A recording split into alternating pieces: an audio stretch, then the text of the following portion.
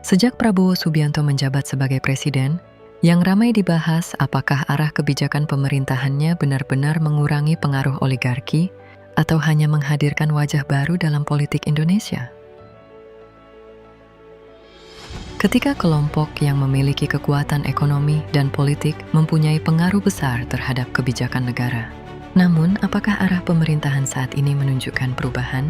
Mari kita lihat beberapa faktanya benar mengurangi pengaruh oligarki atau hanya menghadirkan wajah baru dalam politik Indonesia.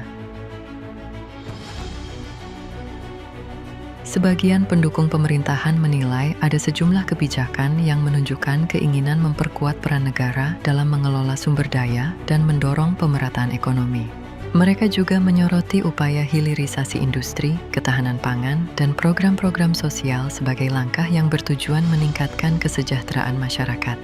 Pendukung berpendapat bahwa jika negara memiliki posisi tawar yang lebih kuat terhadap kepentingan ekonomi tertentu, maka pengaruh kelompok elit terhadap kebijakan publik dapat berkurang. Di sisi lain, sebagian pengamat dan kelompok masyarakat sipil menilai terlalu dini untuk menyimpulkan bahwa pemerintahan Prabowo sedang melawan oligarki. Mereka berpendapat bahwa pengaruh elit ekonomi dan politik masih terlihat dalam berbagai aspek kehidupan bernegara.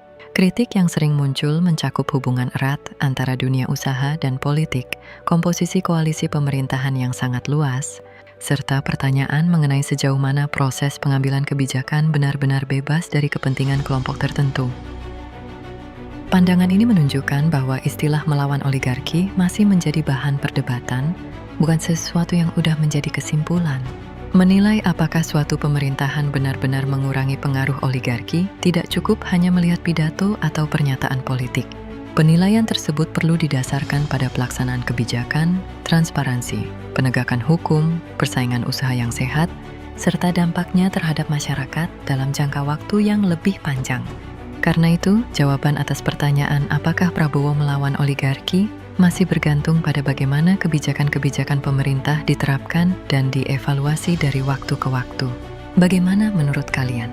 Apakah arah kebijakan pemerintah saat ini menunjukkan perubahan yang nyata atau masih melanjutkan pola yang sudah ada?